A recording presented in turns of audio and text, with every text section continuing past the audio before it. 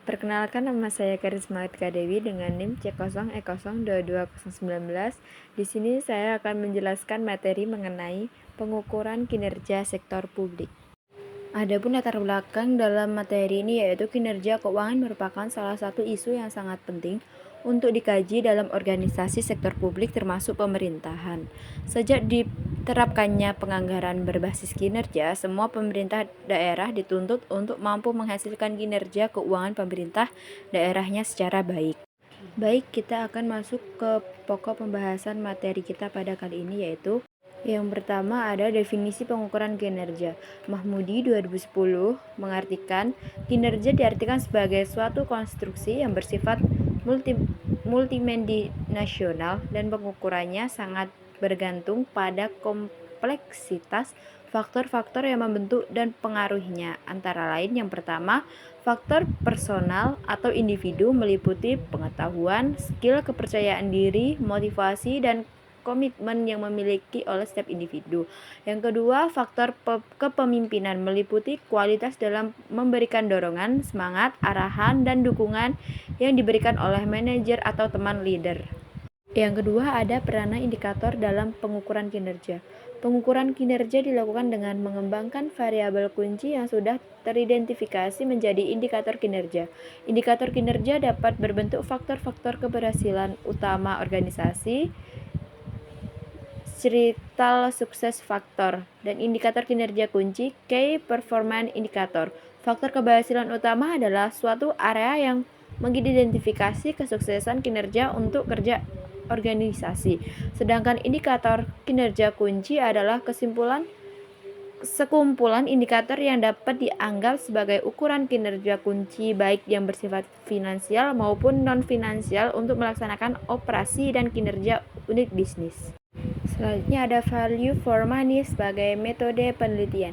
Sistem pengukuran kinerja sektor publik adalah suatu sistem yang bertujuan untuk membantu manajer publik menilai pencapaian suatu strategi melalui alat ukur finansial dan non-finansial.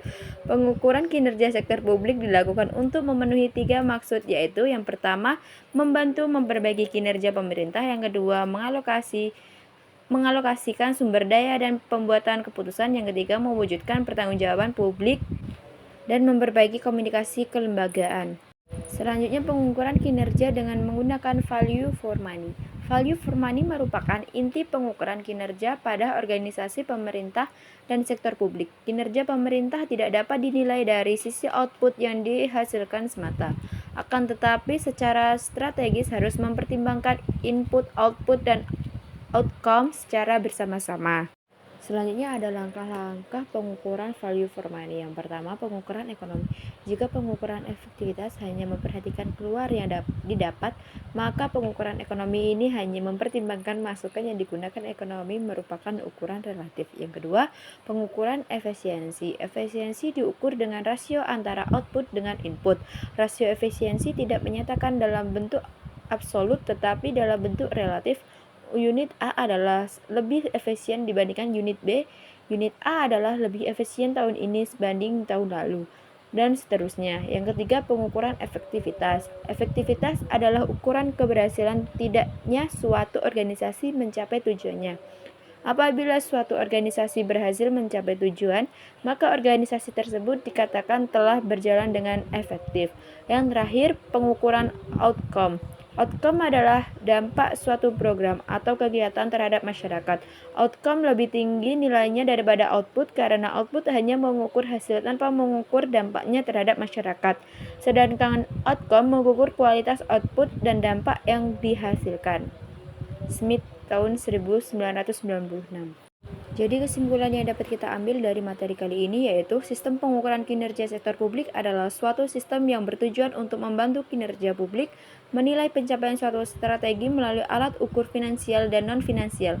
Sistem pengukuran kinerja merupakan salah satu alat pengendalian organisasi karena diperkuat dengan adanya mekanisme reward dan punishment.